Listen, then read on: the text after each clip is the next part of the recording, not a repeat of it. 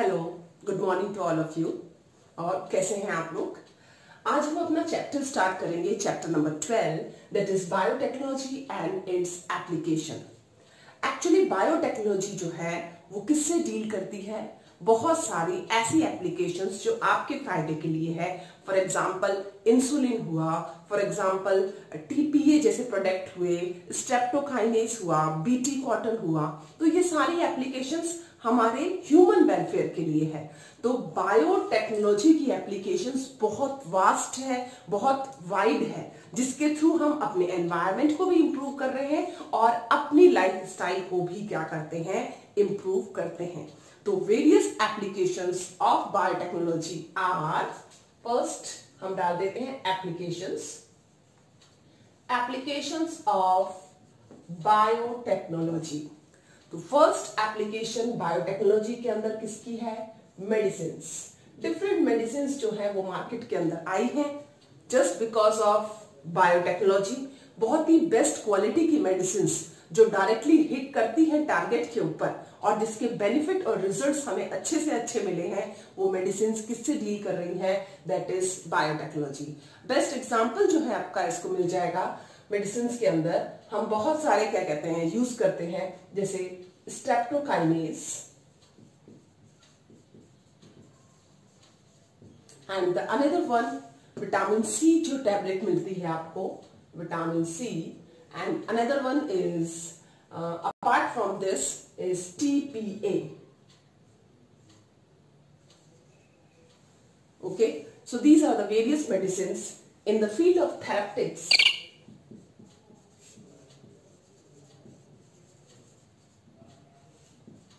Which help in healing of the disease. Example, various hormones like insulin,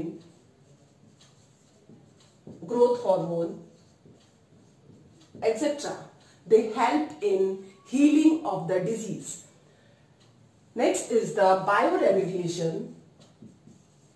Bioremediation. It means development of remedy via biotechnology to dissolve the issues of environment like pollutants, etc. For example, we are using this Pseudomonas putida for killing this oil spill. Okay, oil like pollutant is removed through the microbe that is known as the Pseudomonas putida. Pseudomonas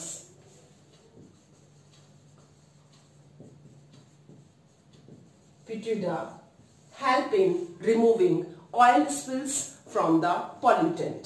तो ये अपने आप एक बहुत ही अच्छी remedy है जो बिना नुकसान करे हमारे एनवायरनमेंट को क्या कर रही है?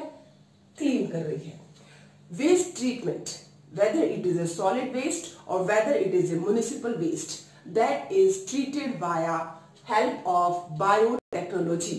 Primary treatment, secondary treatment, especially the secondary treatment is helpful in sewage industry, that discard the sewage or remove the infectant microbes from the particular sewage or municipal waste and help in cleaning the water. So wastewater treatment as well as solid waste management. How to remove the solid waste? Because solid waste also form a heap near the cities, and that is the main area from where disease will spread to the particular area. So our main motive is to remove the waste. Okay, that is via biotechnology. That is removal of solid waste and that is sewage waste through biotechnology, through BT. Yes, the another useful aspect of biotechnology is formation of genetically modified crop and animals for the higher productivity and increase the nutritional value of particular plant or animal. तो हम उसके लिए भी क्या use करते हैं, biotechnology. अगर आप बायोटेक्नोलॉजी से मॉडिफाइड क्रॉप ले रहे हो या कोई एनिमल यूज कर रहे हो तो उसकी न्यूट्रिशनल वैल्यू भी क्या होगी, इंक्रीज, और उसकी प्रोडक्टिविटी भी क्या हो रही है, इंक्रीज। तो genetically modified organism, genetically modified organism helpful in increasing nutritional value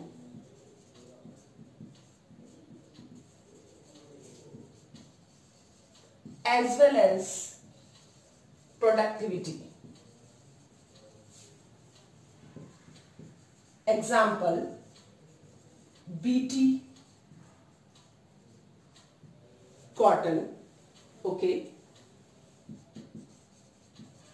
insulin, etc. Another important aspect of biotechnology is that is it helps in the food processing. Processing means to change one form of food into another form of food that will be stored and easily approachable. So it helps in the processing of food. Processing of food. Example, cheese, butter, etc. Biotechnology help in increase the energy resources. For example, biogas. For example, this hydrogen as a fuel, etc. as a energy substitute.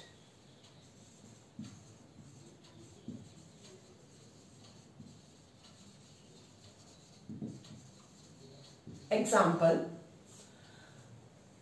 biofuel. There are some plants which act as a fuel known as jatropha. Jatropha is an important example of biofuel. Hydrogen as a fuel,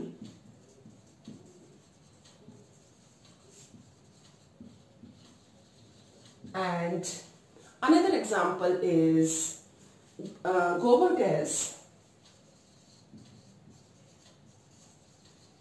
or biogas.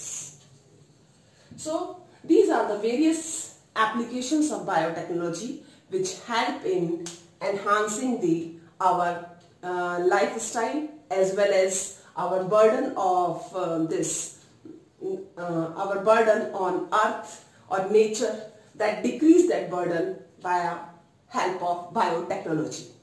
So the three main thrust area in biotechnology are: thirst area, where the development is needed.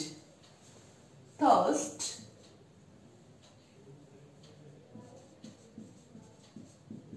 area in biotechnology.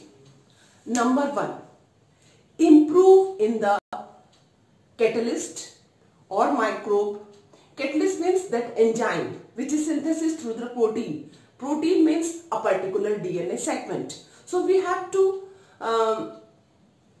evaluate different DNA resources through which particular enzyme is synthesis. It means we have to know about particular DNA sequence or a particular DNA segment which act as a foreign or a desired DNA, which is helpful in improving the human welfare. Okay, so there is a need of such catalyst which increase the productivity many folds. So first thrust area is improvement in catalyst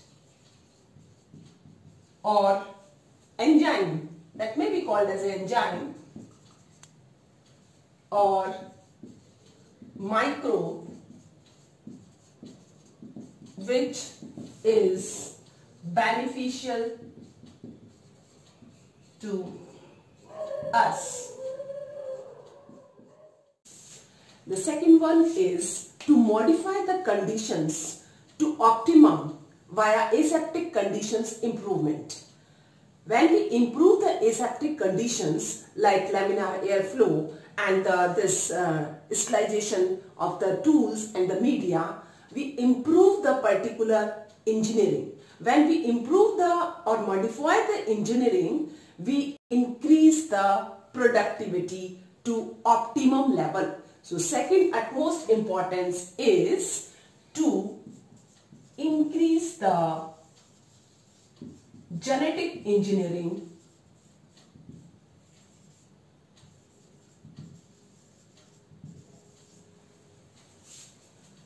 via improving aseptic conditions.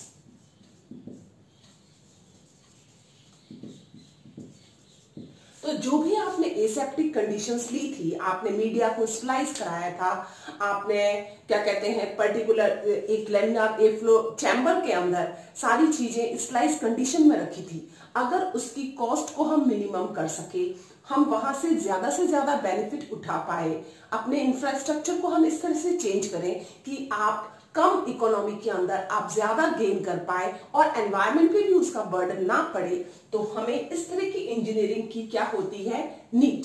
And the last one is the downstream processing. Downstream processing is for the purification and the isolation. अगर हमारा downstream processing बिल्कुल correct होगा, easy होगा और approachable होगा, तो हम ज्यादा से ज्यादा बेनिफिट उठा सकते हैं. तो हमारे तीनों थर्स्ट एरिया जो है सेम हमारी इसी टेक्नोलॉजी के ऊपर क्या करते हैं, डिपेंड करते हैं कि हम उससे कितना बेनिफिट कैसे ले पाए. तो इनके अंदर ही हमें इंप्रूवमेंट की जरूरत है. Third one is the improve downstream processing. Downstream processing for isolation and purification. For isolation and purification. तो आपके तीन थर्स्ट एरिया किस किस में है? सबसे पहले आपको इंप्रूवमेंट करना है किसके अंदर, कैटलिस्ट के अंदर, जो भी एज ए फॉरेन और डिजायर्ड डीएनए की तरह काम कर रहा है, चाहे वो माइक्रोब हो चाहे वो दूसरा डीएनए का सेगमेंट. आपको इंक्रीज करनी है जेनेटिक इंजीनियरिंग टेक्नोलॉजी, जिसके थ्रू आप एसेप्टिक कंडीशन को मेंटेन रख पाए ताकि आप उससे ज्यादा गेन कर पाए. यहाँ पर आपके पास में ऐसे वेक्टर्स होने चाहिए, आपके पास में इस तरह के टेक्निक होनी चाहिए, जैसे पीसीआर है, आप उस पीसीआर को भी और इंप्रूव करें और उसको मॉडिफाई करें ताकि वो और चीप हो. जेल इलेक्ट्रोफोरेसिस जैसी टेक्निक जो बहुत ही क्या हो जाए, चीप लेवल पर हमें मिल पाए. अगर हम इस तरह की कंडीशंस को इंजीनियरिंग फॉर्म के थ्रू अगर चेंज करते हैं तो हमें उसके ज्यादा बेनिफिट मिलेंगे. डाउनस्ट्रीम प्रोसेसिंग के अंदर आप किस तरह से बायोरिएक्टर्स का यूज करें, कि कौन कौन सी टेक्निक्स यूज मिले ताकि आप उसका इजीली आइसोलेट कर पाए उसको और प्यूरिफाई कर पाए. तो ये हमारे 3 मेन क्या है, थर्स्ट एरिया, जिसके थ्रू हम बायोटेक में क्या कर सकते हैं, इंप्रूवमेंट कर सकते हैं. Applications of biotechnology in agriculture. Applications of biotechnology in agriculture. हम हर फील्ड में अलग अलग लेंगे कि मेडिसिन में इसकी क्या इंपॉर्टेंस है, एनिमल्स में इसकी क्या इंपॉर्टेंस है, एग्रीकल्चर में बायोटेक्नोलॉजी की क्या इंपॉर्टेंस है. तो सबसे पहले आपको मालूम होना चाहिए कि एग्रीकल्चर जो है बेसिकली क्या है. पहले जो शुरुआत में सबसे अर्ली स्टेजेस में जो एग्रीकल्चर होता था, that is the organic agriculture. कैसा एग्रीकल्चर था, organic agriculture. Organic agriculture means there is no use of chemical. बिल्कुल भी केमिकल का यूज नहीं होता था. No use of chemicals.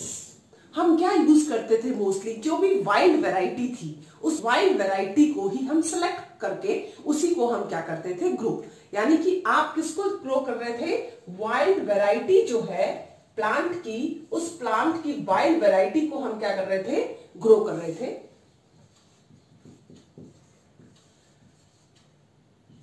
Grow in organic agriculture. इसकी वजह से क्या हुआ, न्यूट्रिटिव वैल्यू तो इंक्रीज हुई। ऑब्वियसली वाइल्ड वैरायटी की न्यूट्रिटिव वैल्यू सबसे बेस्ट है क्योंकि नेचर ने उसको सेलेक्ट करा है। जो आज काम हम जो बायोटेक्नोलॉजी के अंदर डिजायर्ड सेगमेंट को लेके कर रहे हैं, वही काम नेचर ने अपने आप किसके अंदर करा था, ऑर्गेनिक एग्रीकल्चर। लेकिन सबसे बड़ा ड्रॉबैक ये था ऑर्गेनिक एग्रीकल्चर का कि जो आसपास जो पेस्ट थे, इंसेक्ट्स थे, उनकी वजह से आपकी प्रोडक्टिविटी क्या हो जाती थी, decrease. It means infestation of insects, pest decrease the productivity. आपकी प्रोडक्टिविटी इंप्रूव नहीं हो पाई। आपका प्रोडक्ट अच्छा था लेकिन आपकी प्रोडक्टिविटी जो है वो इंप्रूव नहीं हो पा रही थी। किस केस के अंदर, ऑर्गेनिक कल्चर के अंदर। और वो डिमांड भी कंप्लीट नहीं कर पा रही थी किसकी, जो पर्टिकुलर उस समय ह्यूमन पॉपुलेशन जो बहुत कम थी, उस ह्यूमन पॉपुलेशन की डिमांड को भी ऑर्गेनिक एग्रीकल्चर पूरा नहीं कर पाया। तो ऑर्गेनिक एग्रीकल्चर के बहुत सारे नुकसान रहे, जिसकी वजह से हम किसकी तरफ मोटिवेट हुए, सेकेंड, एग्रोकेमिकल बेस्ड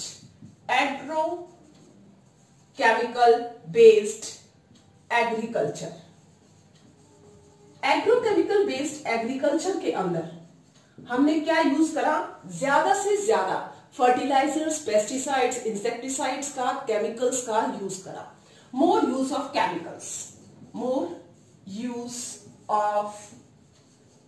केमिकल्स, ज्यादा यूज करने की वजह से आपकी प्रोडक्टिविटी क्या हुई, इंक्रीज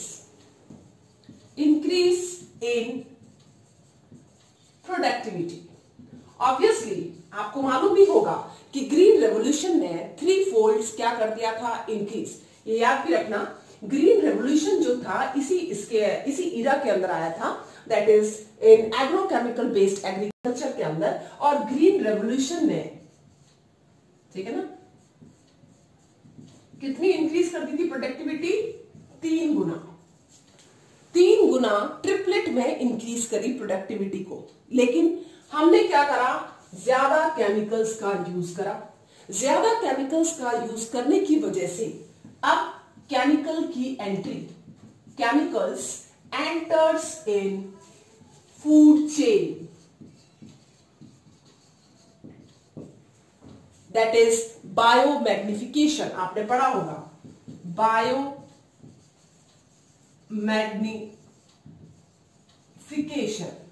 यानी कि इस एग्रीकल्चर का जो वेस्ट था वो वाटर बॉडी में जाकर भी क्या कर रहा था, नुकसान कर रहा था। हमारे जो नेचर की जो जीन्स थी उनको क्या कर रहा था, ये इन्फेक्ट कर रहा था। और इसी की वजह से जो अलग अलग तरह की डिजीजेस और प्रॉब्लम जो आई नेचर में, उसका एक बहुत बड़ा कारण केमिकल है। हमारे सॉइल की फर्टिलिटी क्या हो गई, डिक्रीज इन सॉइल फर्टिलिटी। हमारा वाटर कैसा हो गया, पॉल्यूटेड, वाटर पॉल्यूशन। तो आपका जो एम था कि आपकी प्रोडक्टिविटी इंक्रीज हुई, बट उसके नुकसान इतने ज्यादा हुए। इंक्रीज होने के साथ साथ में कॉस्ट इफेक्टिव भी रहा। जब आप ज्यादा फर्टिलाइजर्स का यूज करोगे तो ऑब्वियसली आपको कम गेन होगा, तो इकोनॉमिक पॉइंट ऑफ व्यू से हमें ज्यादा फायदा नहीं हुआ। We use more fertilisers and more chemicals which ultimately affect our economy as well as our land and water, that is the natural resources. Okay, it is burden on economy also, because you have to use more fertilizer each and every time. हर समय आपको ज्यादा fertiliser use करना पड़ा क्योंकि soil के अंदर वो resistance power आ जाती है। वहां के जो माइक्रोब्स हैं उनके अंदर भी रेजिस्टेंस पावर आ गई। आपने माइक्रोब्स का जेनेटिक मैनिपुलेशन कर दिया। तो ये जो एग्रोकेमिकल बेस्ड एग्रीकल्चर है, इससे हमें फायदे कम, नुकसान ज्यादा हुए। अब इन दोनों से हट करके हम तीसरे मोड पे पहुंचे, that is known as the biotechnology. और हमने क्या यूज करा, genetically modified crops. We are using genetically modified crops. Genetically modified crops की वजह से आज हमें बहुत ज्यादा फायदा हुआ है, हमने इंप्रूवमेंट किया है, हमने पॉल्यूशन नहीं करा, हमने डायरेक्टली क्या करा है, improve.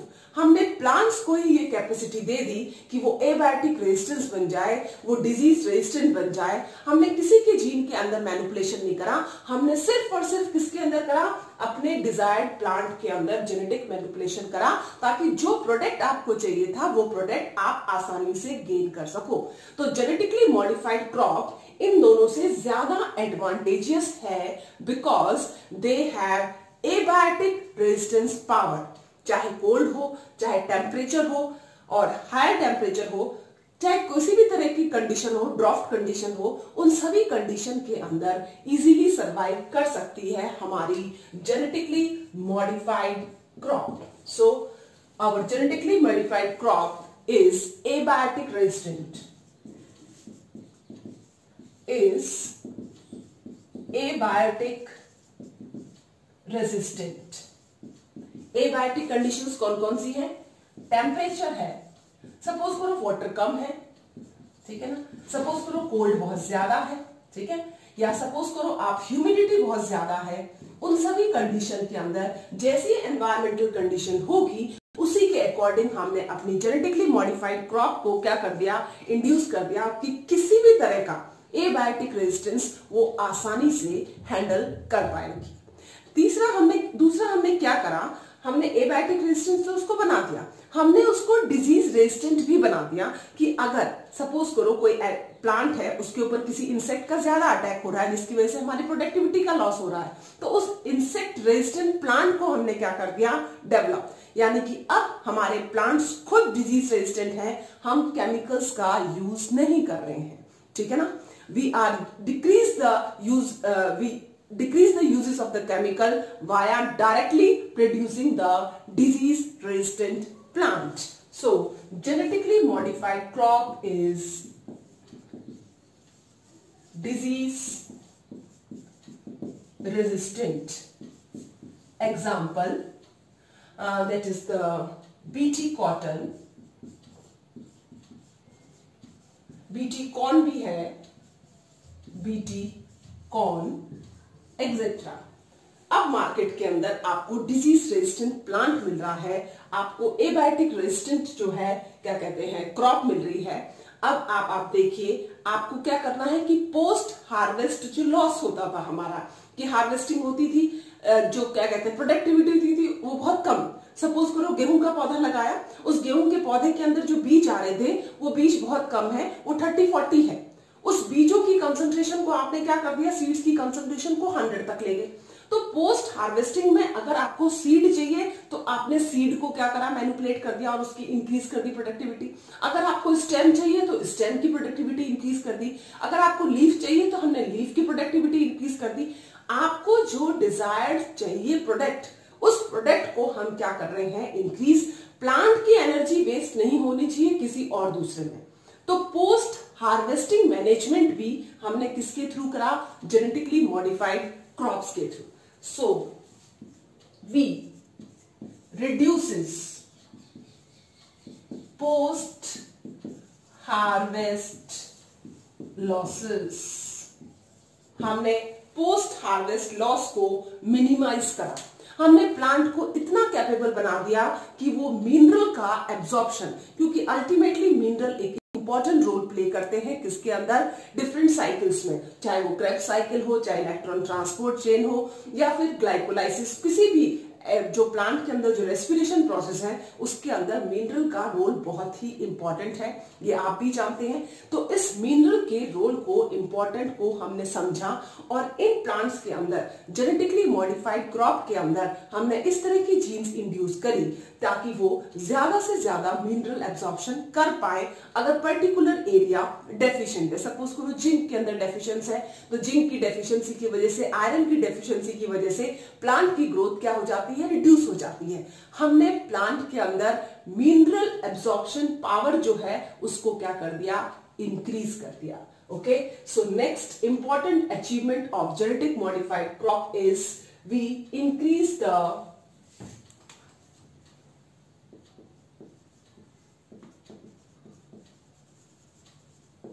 mineral absorption power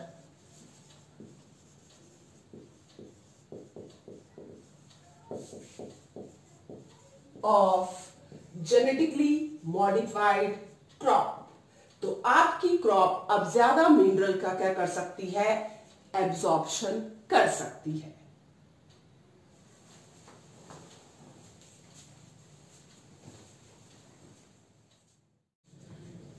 Genetically modified crop increase the productivities of plant, increase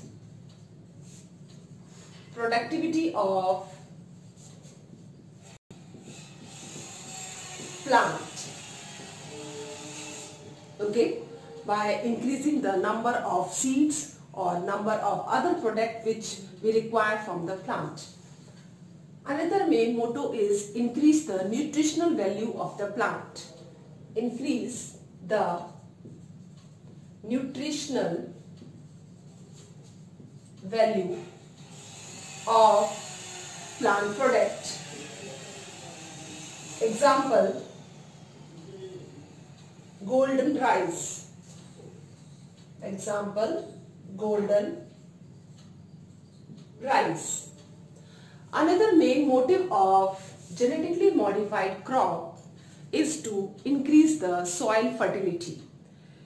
It never decrease the microflora of the particular microfauna of particular soil. So via this it increase the soil fertility. Increase soil fertility, okay, by increasing microbes contribution in soil. Microbes contribution in soil. So first we take the applications of agriculture in field of biotechnology. Example number 1. Example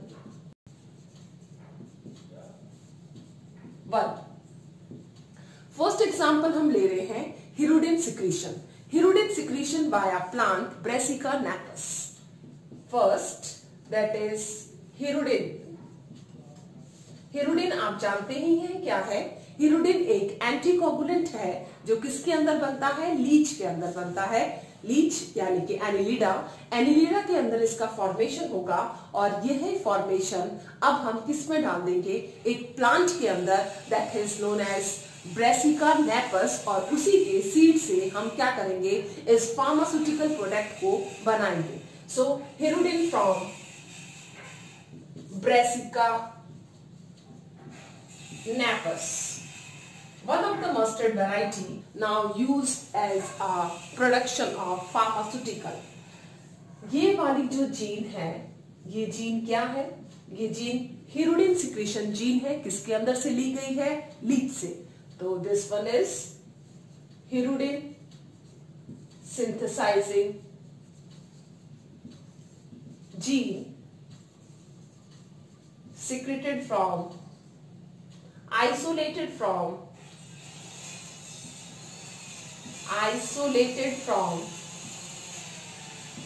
Leach.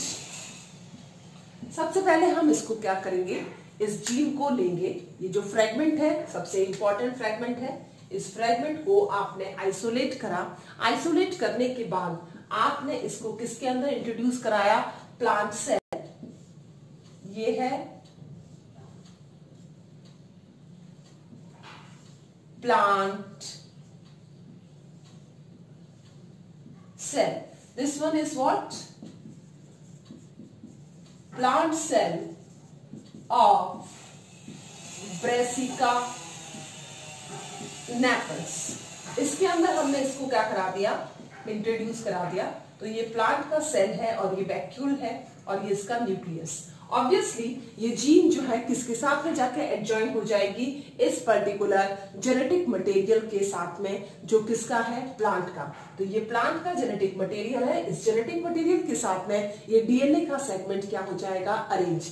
अब यहाँ पर जो आपको मिलेगा fragment, जब हम इसको zoom करके देखेंगे इस तरह से, तो उसके अंदर आप देखेंगे कि ये वाला जो डीएनए का सेगमेंट है ये किसके साथ में अनील हो गया है, ये अनील हो जाएगा इस प्लांट के जीन के साथ में। This one is the plant genome and this is hirudin gene. ये दोनों आपस में एक दूसरे के साथ में क्या हो जाएंगे, इंटीमेट हो जाएंगे। और अब ये प्लांट सेल जो है ये किसका सिक्रीशन करता है, हिरुडिन का सिक्रीशन करता है, ठीक है ना। इसकी इसी प्रॉपर्टी को हमने किसके अंदर डाल दिया है, ब्रेसिका के अंदर डाल दिया है। अब ब्रेसिका का हर सेल, ये जो प्लांट है इस प्लांट का ये ब्रेसिका है, इस ब्रेसिका के पूरे सभी प्लांट्स के अंदर जो है, स्पेशली इसकी जो सीड्स जो बनते हैं, इस सीड्स जो हैं, इन सीड के अंदर क्या है, हिरुडिन। तो सबसे पहले हम इसके सीड्स को लेंगे और इसके सीड्स में से हिरुडिन का सिक्रीशन करेंगे, ठीक है ना। Isolate hirudin used as pharmaceutical. तो फार्मास्यूटिकल के अंदर आपने क्या करा है, इस जीन को यूज में लिया और इस जीन से आपने हिरुडिन जो है सब्सटेंस जो है वो बनाया। तो सबसे पहले आपको क्या करना है, एक हिरुडिन सिंथेसाइजिंग जीन लेनी है इससे लीड से, उसको प्लांट सेल के अंदर क्या करा दिया आपने, इंट्रोड्यूस। और कौन सा प्लांट सेल ले हुए आप, ब्रेसिका नेपस, ठीक है ना। ये इंट्रोडक्शन कराने के बाद में इजीली ऑब्वियसली प्लांट का हर जो सेल है वो क्या करेगा, हिरुडिन का सिक्रीशन। और उस प्लांट सेल में सबसे ज्यादा जो हिरुडिन मिलेगा आपको किसके अंदर मिलेगा, सीड के अंदर। हम इस सीड्स को आइसोलेट करेंगे और उससे क्या निकालेंगे, हिरुडिन का जो है क्या कहते हैं सब्सटेंस जो है, हिरुडिन केमिकल जो है फार्मास्यूटिकल प्रोडक्ट के फॉर्म के अंदर मार्केट के अंदर क्या हो जाएगा, अवेलेबल हो जाएगा। तो आप सिर्फ अपने डिजायर्ड सेगमेंट को प्लांट के अंदर डालने के बाद में क्या कर सकते हो, एक फार्मास्यूटिकल प्रोडक्ट भी प्रोवाइड करवा सकते हो, किसको, for the human welfare. So this one is the example of pharmaceutical. Now the second one is golden rice. Second हम किसका एग्जांपल लेंगे, गोल्डन राइस का। गोल्डन राइस एक्चुअली किसकी वजह से हुआ है इसका colour yellow, that is due to the beta carotene gene. Okay, beta carotene gene की वजह से इसका क्या हुआ है, कलर येलो। इसको सबसे पहले डिस्कवर किसने करा था, इसको डिस्कवर करा था दैट इज इंडोपोट्राइकस,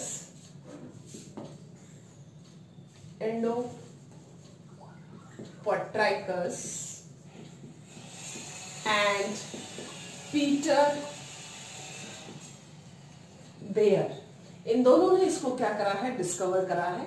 इन्होंने क्या करा, Oryza sativa, Oryza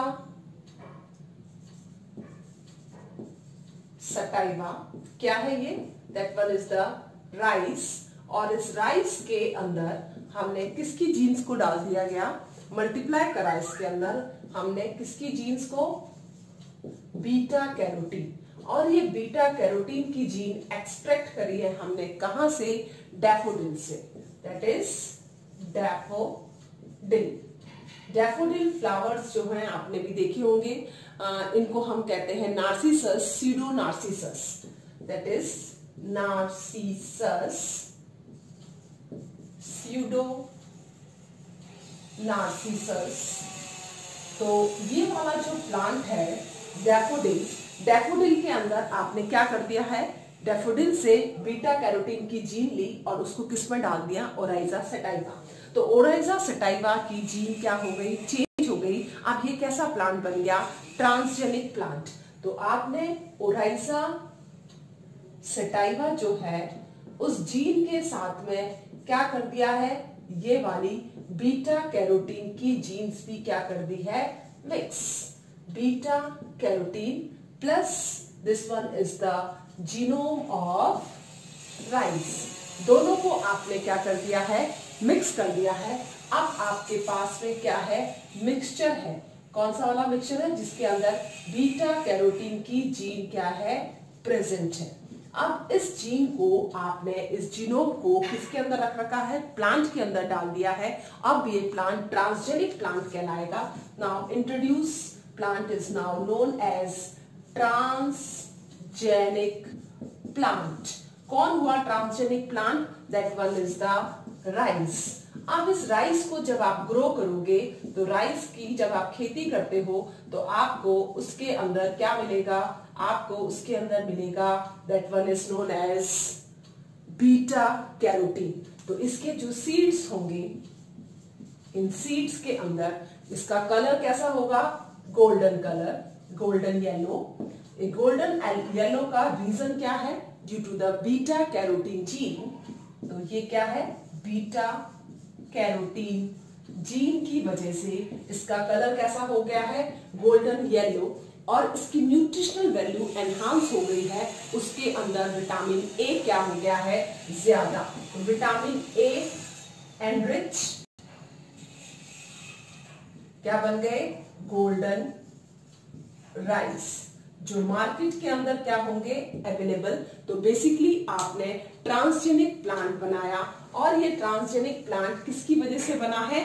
beta carotene की जीन्स आपने ली है। कहां से? डैफोडिल से। तो यहाँ पर अब आपको विटामिन एनरिच्ड गोल्डन राइस, जिसकी न्यूट्रिशनल वैल्यू बहुत ज्यादा है। इसके पीछे रीजन ये है कि पूरे वर्ल्ड के अंदर सारी जितनी भी वर्ल्ड की पॉपुलेशन है, सब क्या खाती है? Rice.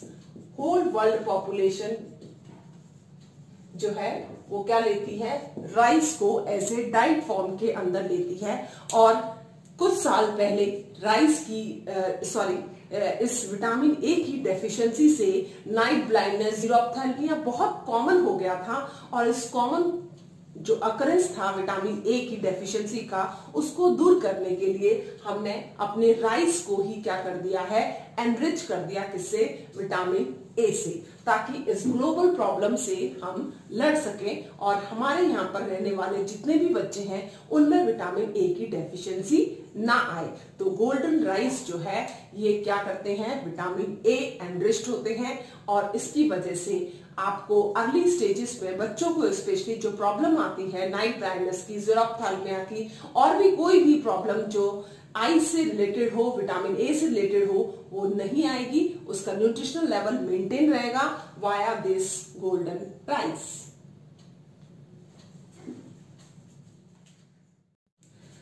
Third is the BT cotton. BT cotton जो है, क्या है ये बीटी कॉटन? ये एक ट्रांसजेनिक प्लांट है। Transgenic plant. BT stands for bacillus thuringiensis. ये जो बैसिलस थ्यूरिनजेनेसिस है, ये एक माइक्रोब है। और ये माइक्रोब की जीन को आपने क्या करा है? सेलेक्ट करा है। और उस जीन को आपने इनोकुलेट करा है किसमें? कॉटन प्लांट में। होता ये है कि बैसिलस थ्यूरिनजेनेसिस जो कि एक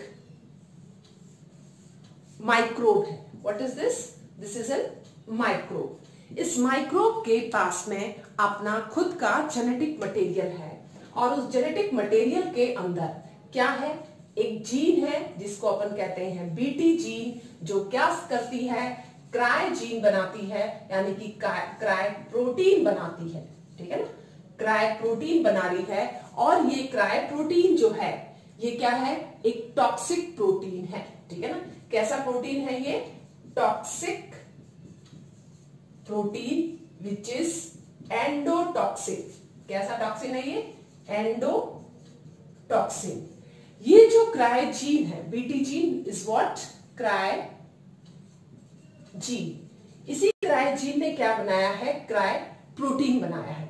कितने तरह के क्राय प्रोटीन बनते हैं? Cry cry cry cry 1 AC, cry 2 AB, cry 1 AB।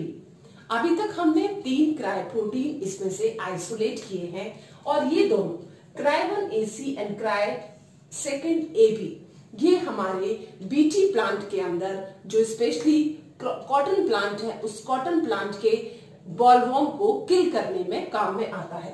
तो ये हम क्या करते हैं, कॉटन बॉलवॉर्म को क्या करते हैं, किल करते हैं। किससे? इस AC और AB। इसके अंदर जो तीसरा आपको क्राइब-1 AB प्रोटीन नजर आ रहा है, ये प्रोटीन किल करता है किसको? कॉर्न यानी कि आप जानते हो भुट्टा, that is the corn borer. Corn borer को किल करने के काम में आता है किलर, और ये कॉटन बॉलवॉर्म किलर। तो इस तरह से ये क्या है, प्रोटीन जो हमने आइसोलेट करे हैं। कहां से आइसोलेट करे हैं प्रोटीन? हमने इस बैसिलस थ्यूरिनजेनेसिस माइक्रोब से आइसोलेट किए हैं। ओके, अब हमें ये मालूम है कि ये एंडोटॉक्सिन है और ये हार्मफुल है किसके लिए? इंसेक्ट्स के लिए। और कॉटन जो प्लांट है, आपको भी पता होगा कि कॉटन में जो है इंडिया नंबर 1 पोजीशन पे था पहले। उसके बाद में जब से कॉटन का हमने कल्चर करना शुरू करा, एग्रीकल्चर करना शुरू करा, उस एग्रीकल्चर के अंदर सबसे बड़ी प्रॉब्लम हमारी आई कॉटन इंडस्ट्री को कि ये वाला जो बॉलवॉर्म है, इस बॉलवॉर्म ने हमारे कॉटन प्लांट्स को, ऊपर वाली जो बॉल होती है उसको खाना शुरू कर दिया। अल्टीमेटली ये रिजल्ट रहा कि हमारा प्रोडक्ट जो है वो क्या होता चले गया, डिक्रीज होता चले गया। तो कॉटन इंडस्ट्री का सबसे बड़ा दुश्मन जिसे अपन कहेंगे, that one is the cotton bollworm. ये बॉलवॉर्म ने क्या करा? Infect cotton seed.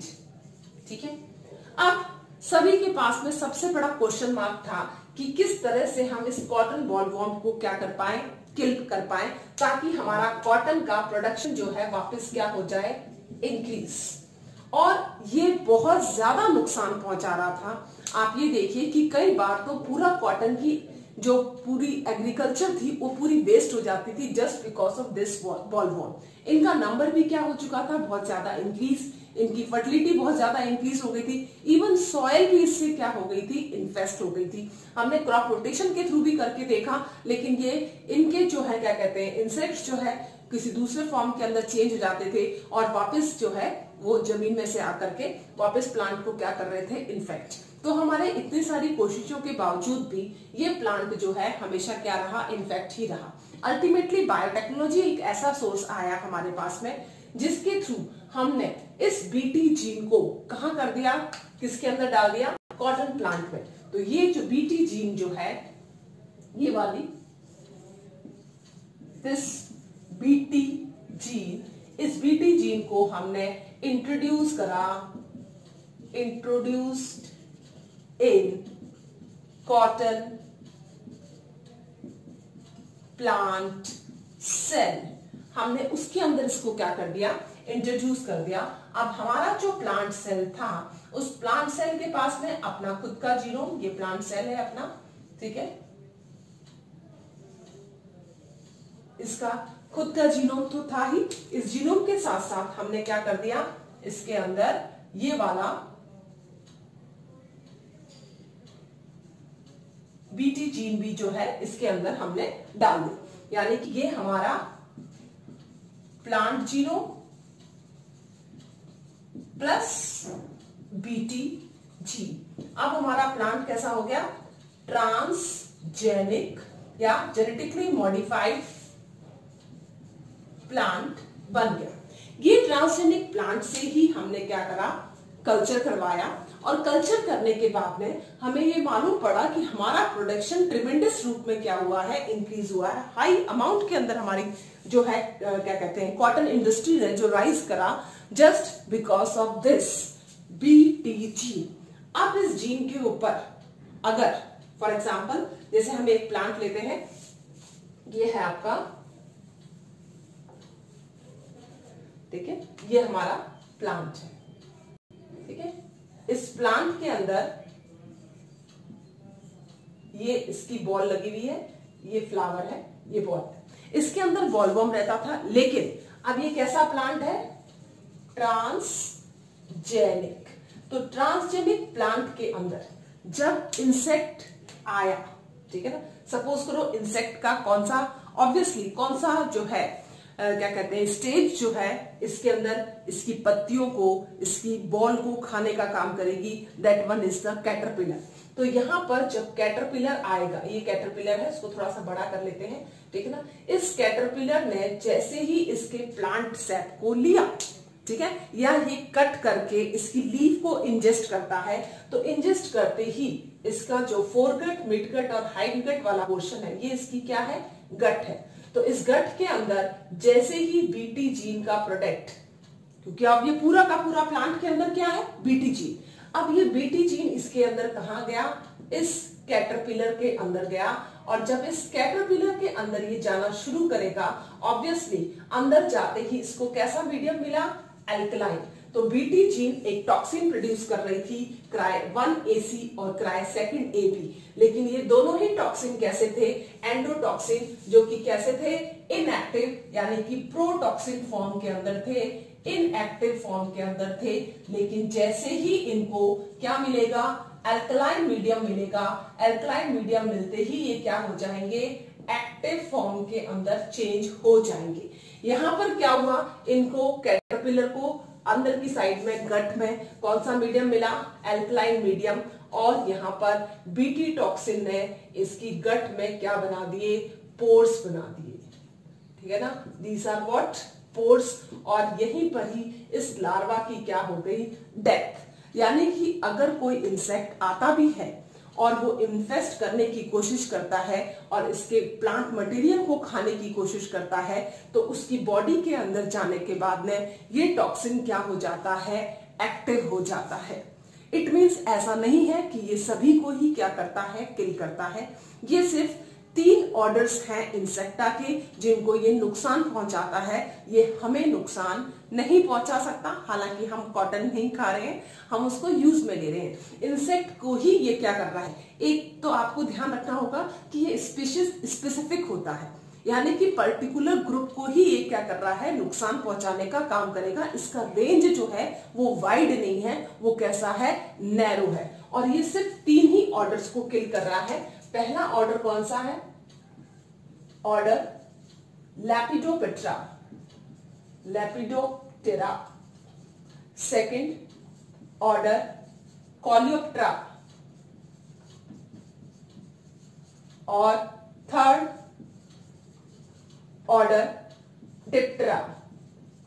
तो 3 ऑर्डर जो हैं, 3 ऑर्डर को ये क्या करता है, किल कर देता है। यानी कि अगर इंसेक्टा का ग्रुप या तो डिप्टेरा या कोलियोप्टेरा या लेपिडोप्टेरा से आएगा या बिलोंग करता है, तो उनको ये किल कर देगा। लेपिडोप्टेरा के अंदर जितने भी बटरफ्लाई हैं वो सारी की सारी इसी में आएंगी, जिनके पास में फ्लाइंग मोड के लिए बटरफ्लाई होती है और जिनकी बॉडी के ऊपर हार्ड कवरिंग होती है, that is known as the beetle. उसको हम क्या कहेंगे, बीटल। और जिसके अंदर जैसे कोई मच्छर है, मक्खी है या येलो वॉस्प है, वो सब किसके अंदर आएंगे, डिप्टेरा में, जैसे कि ड्रैगन फ्लाई है, ठीक है ना, या कोई और दूसरी इस तरह का है जिसके अंदर आप हाउस फ्लाई जैसा आप कोई ले रहे हो, तो ये वाले सारे इंसेक्ट्स किसमें आएंगे, डिप्टेरा में। तो इंसेक्टा के अंदर भी ये 3 ग्रुप को क्या कर रहा है, किल कर रहा है, लेपिडोप्टेरा, कोलियोप्टेरा और डिप्टेरा। तो कैटरपिलर जब भी अटैक करेगा इस ट्रांसजेनिक प्लांट के ऊपर, तो ऑब्वियसली उसे उसके नुकसान ही सहने पड़ेंगे। यानी कि अब ये आएगा तो इसकी डेथ होगी। आपके प्लांट के अंदर एक वैरायटी आ गई है, that is known as the disease resistant variety. अब ये ट्रांसजेनिक प्लांट यानी कि बीटी कॉटन प्लांट क्या हो चुका है, दैट इज डिजीज रेजिस्टेंट। ये कैसा है, डिजीज रेजिस्टेंट। ऑब्वियसली 2002 के बाद में, 2002 में इसका इंट्रोडक्शन हुआ। 2002 के बाद में हमने लगातार कॉटन के फील्ड में क्या करा है, इंक्रीज करा है ग्रोथ में और प्रोडक्टिविटी में, just because of this BT cotton.